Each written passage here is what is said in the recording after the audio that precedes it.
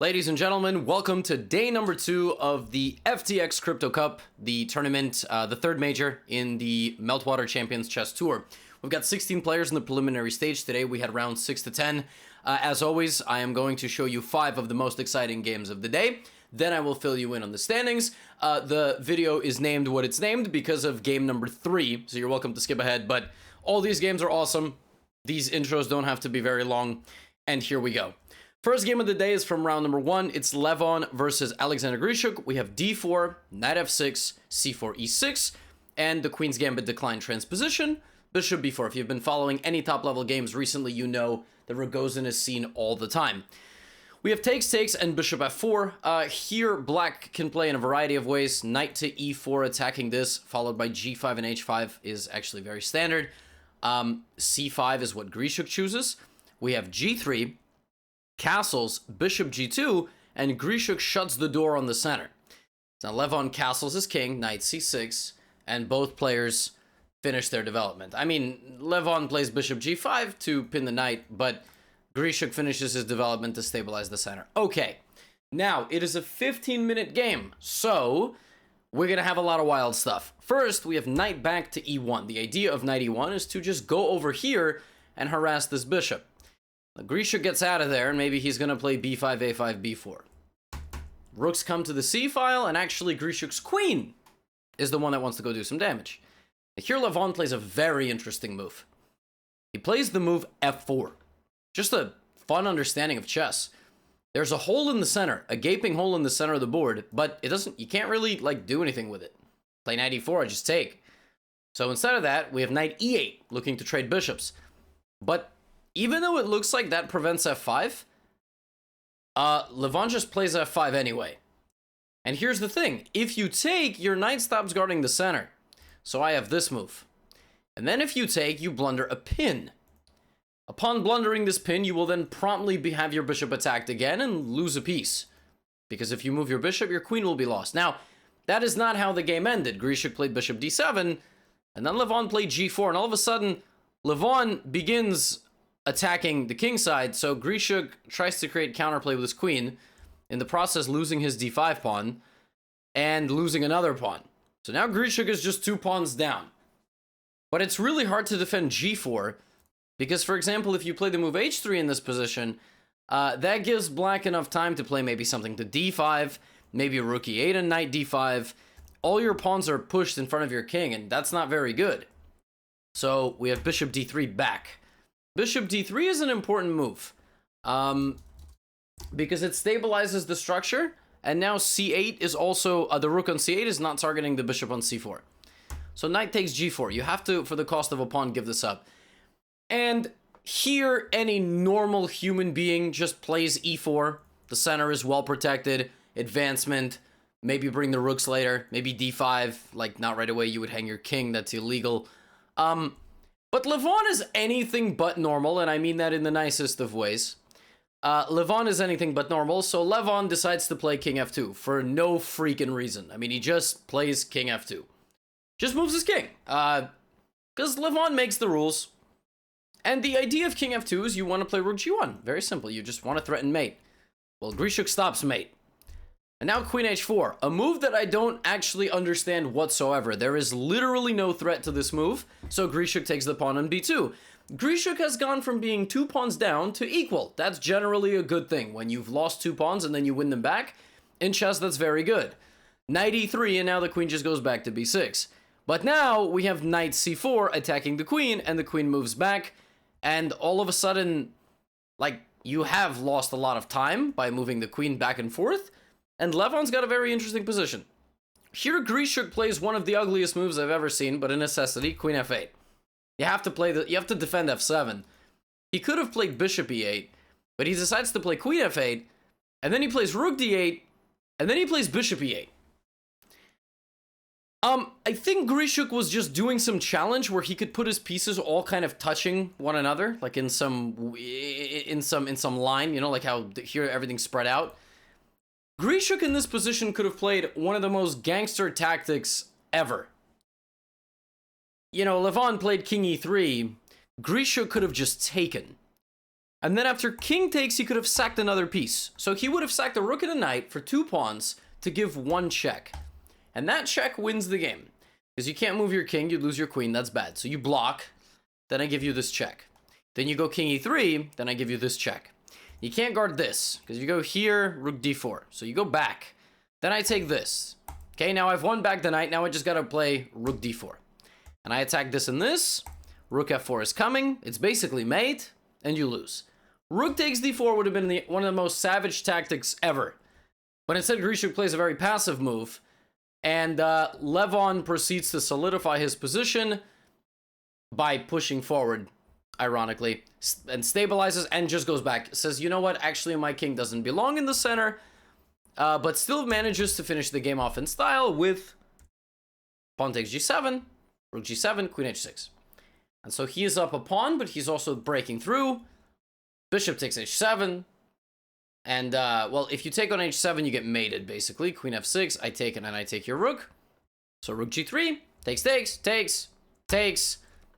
And this is easily winning. You would think, oh, Levon's only up a pawn. He's not just up a pawn. His knight is coming to f6. King is going to move out of the way. Rook will also dominate on this file. And a few moves later, look at this nice move. King f4 with the check. And Grischuk resigned. Rook takes d4 would have been absolutely nuts. He doesn't have to take, but if he doesn't take, then all the rest of the stuff will come. Rook takes d4, and it just goes to show you, you always have to be on the lookout for things that are only protected by the enemy king. So, Levon wins a nice game, and we go to the second round of the day. We got my boy. My self-appointed boy. I don't know if Alan Pichot even knows I exist. But listen, this guy is the pride of Argentina, okay? And freaking all of South America, for that matter. This man is the underdog in this tournament, and he has not yet won a game. And I'm showing you this game because maybe this is the game, okay, folks? Maybe this is the game. I don't know. You're just going to have to wait and see. And maybe get hit with an advertisement. I don't know when the mid-roll is going to pop up. And so he goes back to playing this mosquito variation against the Caro-Kann, the soul sucker. The point is that basically, white volunteers for a loss of the right of castling, but this pawn blocks your own development, and this line is just very solid and slightly better for white. So Alireza chooses to engage in a battle where he gets kind of kicked around in the opening, but his logic is like, well, you know, if Mr. Pichot comes at me like this, I'll be ready. I'm not afraid. Knight e5, all right, I'll go back. Here, all good. He's got to defend his knight. And this is where Alan Pichot, he chose violence, folks. He chose violence. He played knight takes f7. He went full Khabib over the fence, jumped into the whole team. King takes it, queen h5. Okay, king moves back, queen moves back because you don't want to get hit with anything over here. Once I gotta rub my nose, allergies are killing me. It's not cocaine, all right? I see your comments. Drugs are bad. Stop making that joke. Bishop g6, h5. For the kids, I don't even know what that is. That's just a word that I heard somewhere. Knight c3, knight d7. This is one of the weirdest positions I've ever seen. Guys got like cascading pawns. Bishop d2 and long castles is on the way. Alireza finishes his development and is trying to kind of figure things out because his king's in the center, his pieces are in the center, and Pichot's just gonna walk him like just down the board, just walk all the pawns down the board. So king moves to e8. I don't know if Alireza was aware, but just because your king moves back to its home square, you're not allowed to castle. I'm joking. But by the way, if anybody was confused, once you move your king, you can't castle either way. g6, bishop g8, and a few moves later, we got a really funny moment. Pichot plays this move e5. Now, on the one hand, this move attacks the bishop, but on the other hand, it allows this knight to get access to squares. However, if you've watched any of my recent videos on the top computer engines, you know, chess engines, you know that they like to negate activity of pieces. And the move e5 really makes this bishop question its entire existence. It begins contemplating and staring at the wall. And as the game progresses and pieces are traded, it's becoming quite apparent that that piece is not going to get into the game. Pichot offers a trade to take both these squares back, and you're not going to get any 3 of these pieces into the game. So obviously knight a4 is played. Now he gives a check and comes back. And here, Alireza played a move that looks logical. He played the move b5. Move b5 attacks the knight, and if you move the knight back, maybe I'll get knight d5 or b4. But Firouzja had seen my video, but had forgotten about it on danger levels. And folks, what is worth more than a knight? A queen. A queen is worth more than a knight. And b4. And the queen's stuck. You boxed in your own queen. Queen d5. Bishop g2. Uh-oh. Uh-oh. Sacrifice. And now Pichot kind of does this in style. He takes on c4. Alireza plays knight c3. You can't take the pawn. You can't take the pawn. You get forked. So here, here, here, here. Sacrificing, and now a sexy move. I just gotta, like, I gotta call it like it is. How do you get into black's position, folks? A triumphant slamming of my right arrow on my keyboard. Queen to g1. And Alan Pichot is off to the races. Rook takes f4, rook c3, so the king has breathing room. Rook h5, queen is activated. Rook c4, the rook is traded. But knight and bishop are very passive. We have queen b5 check, king d8. Queen to b7, which attacks 1, 2, 3, 4. But actually only these two, because those are protected. I apologize if I don't have a good French accent while counting. c3, it's never too late to hang mate, folks. It is never too late to hang mate. You know it, I know it, you know it much better than me though. c3, here, the pawn has been won. Let's go! Alan Pichot is about to win his first game of the FTX Crypto Cup. There's 2 queens on the board and I just spit on my microphone in excitement. And ladies and gentlemen, it is all over. It is all over. The check was given. The rook was about to be captured. It's never too late, folks. It's never too late to hang a queen or get mated. Queen h4, and Alan Pichot wins a cracking game, sacrificing a knight for 2 pawns. I mean, just throwing his entire pawn army at Alireza. Damn, Alan. Okay, Alan. Okay, Alan. And that takes us to the 3rd game of the day. Now, this is why I named Magnus Carlsen. I mean, I named the video what I named it. Magnus in round 1 played b4 against Anish Giri. That game ended in a draw, so I didn't show it, but it was really funny because I did not expect Magnus to play b4. But in this game, he played b3. And I, of course, began thinking, did he mouse slip in game 1, or was he purposely trying to troll Anish? I don't know. But in this game, he plays b3. Grischuk plays e5 and c4. So here, a very standard way of playing by black is to play knight f6, followed by d5 and getting a reverse Sicilian defense.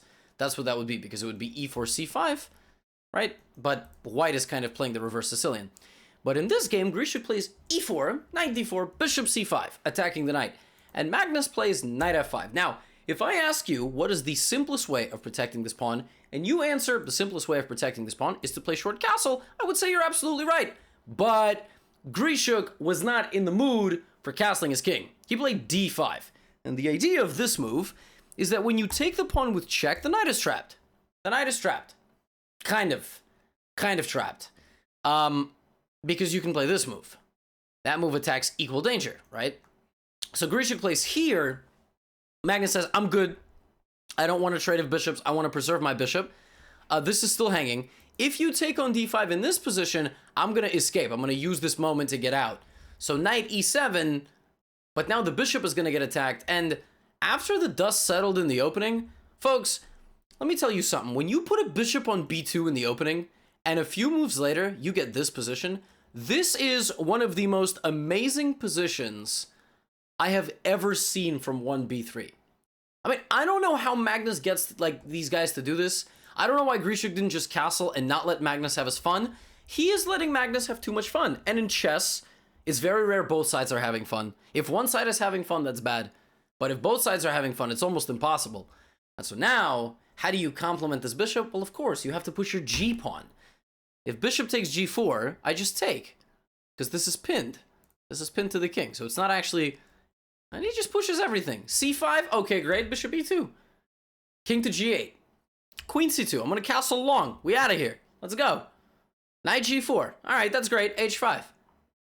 Knight goes back. Queen e4. I'm not down any material. This bishop is the MVP. This is the most powerful dark squared bishop in the history of chess. f5. All right, let me back up. Oh, no. I blundered a fork. Rook g1 check. King f7, rook f1. I didn't blunder anything. Also, your king is stumbling around and bumping into everything and breaking furniture like a drunk. Queen h4, and here bishop e5, trying to go bishop g3, which apparently was an inaccuracy, but, you know, the player said like less than a minute now. Queen e4, and in tragic fashion, the queen got trapped with the absolutely savage move, rook to g4.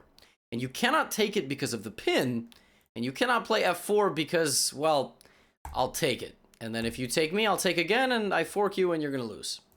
And so Grischuk resigned after 25 moves, with Magnus beginning the game b3. I don't know how this guy does it. Like, folks, it's my responsibility to sit here and, you know, make chess exciting for you, show you the most exciting games of the day. This stuff just frustrates me, because I'm like, when I play b3, I lose in 25 moves. This guy beats some of the best players in the world with one b3. Anyway, get this out of here before I start regretting all of my life decisions. This is from the third, fourth round of the day. We have Anish Giri, who had a very solid day yesterday, versus Peter Svidler. We have d4, we have knight f6, and a Grunfeld defense. Now, Anish plays the Grunfeld with black, but Peter Svidler virtually invented the Grunfeld. Not quite, but he is a massive, massive Grunfeld expert. So we have takes, takes, and bishop d2. The idea of this move is that you'd like to play e4, and then after take, bishop takes. So Svidler just moves the knight out of the center. He's like, I'm going to attack it with my queen. Anish defends, and bishop g7. And here the theoretical move is f4. This is a very common move to prevent e5. But Anish is a super GM, so he doesn't play traditional theory. When you leave a super GM unattended in any position, there is a very high risk that they will play the move... What? Of course, h4. And in chess, when you are being attacked on the side, it's very principled to strike back in the center, because the center is where you're most mobile. Takes, knight c6. Now here Anish could have played f4, but Anish is not a greedy man. He doesn't want to hang on to this treasure. He decides to give it back and continue to chug along with the move h5. Svidler plays queen e7, bringing his queen out of the center line. Maybe the bishop will move, and maybe he will long castle. Anish smells at this point that the bishop will be moving and castles long, and he has not had enough of this, so Anish plays the crab. He plays a4, h4. I mean, it's the kids in the sandbox that don't play with the sand, they just eat it. a5, a6. I mean, Anish is a child, and he will soon have another one, and he's a good man. He's a good man, but this game is this is a very poor game to show kids. I'm gonna say it right now. You know, I always I've told kids not to play like this my entire teaching career, and here he is just doing it. Takes, takes, takes, takes, takes, takes. And when the dust settled, it was just Peter with a slightly better position and an extra pawn. Now Anish breaks another principle of being down material and trading pieces. Knight c5, bishop b5 check, king d8. And the bishop comes back to e2. So obviously knight b3 is trying to suffocate this bishop. Rook a7 with a threat of check and here, and the bishop just moves. And, folks, I don't exactly know what happened in this game, but this wasn't it. Bishop has to go to b5, because, look, if you take the knight to get rid of the defender, I throw in another move. This is called a desperado. I take with check, then I do this. And, yeah, I mean, just bishop b5, and Mr. Svidler is just up a bishop. Now, make no mistake, Anish Giri is a very good chess player. But he is not going to win a position where he is just a clean bishop down, which is why he just resigned. So, on the one hand, he was not really losing out of the opening, but on the other hand, parental advisory, probably it was incorrect for him to decide to go for this big simplification. Maybe even this was okay, but maybe taking on a6 was wrong. Computer here wanted Anish to play rook to a5, which is just about the stupidest thing I've ever seen in my life, which is why the computer is a scumbag, and I will move to the final game of the day. I've tried to show you as many people as I could today. It was an interesting game, a lot of bloody affairs, and, well, with the exception of Alexander Grischuk, who was a repeat, unfortunately a victim in the game against Levon and Magnus. Let us take a look at Shakh Mamedyarov. He begins with e4, MVL plays c5. Of course. C3, the Alpine Sicilian. Mamedyarov has been streaming recently on Twitch, clearly well prepared with the Alpine Sicilian video, which is available, youtube.com/GothamChess, in case you don't know. And now we go for an isolated pawn position. Now here, it's a very strong move, knight a3. It's a good move, theoretical move. Try to go knight b5, knight c7. Shockingly, that doesn't happen. But knight c4 is played, knight d7, and now bishop e2. The knight rotates back, and we have queen c6, castles, bishop b7. Okay, we've got this diagonal. That looks pretty terrifying. But we have a4, looking to undermine the queen side. b4, looking to not get the queen side undermined. Knight e5, and in astounding fashion, Shakhriyar Mamedyarov blundered mate. No, that's protected. Oh, well, that would be nice, but g2 is protected, so. How many of you have ever played a mate in 1 and sat there being like, why isn't the game over? And then you realized it wasn't mate in 1. Knight takes e5, d takes e5, and again, what's worth more than a knight? The Gotham Chess subscriber. Subscribe if you haven't already. We're trying to hit 1 million. Queen b3, knight goes back to d7, bishop f3. We have a trade of light-scored bishops. Knight c4, looking for entrance on d6. Knight b6, preventing entrance on d6. What's worth more than a knight? Again, bishop, activation. Bishop e7, takes. Very strange position, but clearly MVL looking for a modified version of a bomb cloud. Now, at this moment, white has a much better position because white is fully developed. White has a bit more space on the queen side. Also, these pawns over here can be potentially weak. So how do you create a long-lasting sequence of moves that improve your position and create threats on your opponent? That is something known as an initiative. First, you play knight a5. The opponent plays queen c7, and you play c takes b4, because every move needs to come with some sort of attack, which is obviously not what black does. Black plays knight d5. Now again, the best move, rook c1. This isn't hungry hippo, okay? Rook c1 to try to take the pawn and attack this, while black is trying to get the king to safety. MVL plays rook b8. Now you could play rook c5. You could, but then I'm going to snap, bang, pow, bing, boom, and you're going to lose the b2 pawn, and you're not really better. So, again, Shakhriyar plays the best move. And you're free to pause here and try to find it. This is a very nice idea. I am going to give you a hint, and my hint is one word. And the hint is switch. The hell am I talking about? What does that mean, switch? Switch sides. Queen g3, okay? Like in football. For my Americans, soccer, the game that you're actually supposed to play with your feet, football, not the thing you throw. I don't know why we do it like that. Why did we name a sport football when you throw the ball? It's like a microcosm of all other things in America that don't make any sense.